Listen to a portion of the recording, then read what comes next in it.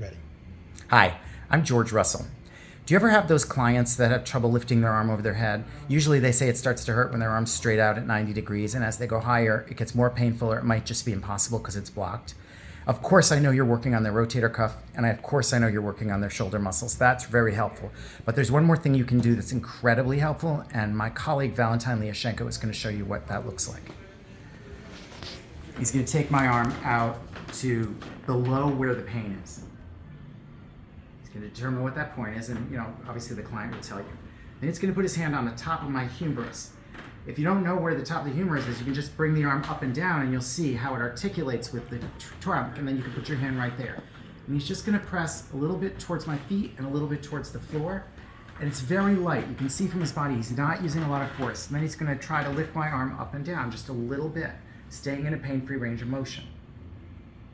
Just a small motion. If the client starts to hurt, then you're going too far and you just take it down. If you do this for maybe, I would say, what do you think, Valentin, like a minute? Do you do it for a minute? Or Yeah, a minute's good. You'll probably find that they have a bigger range of motion, and then the muscle work you do will integrate with that to really help them get better. And you can bet they'll be back if you give them 20 more degrees of movement at the end of that time.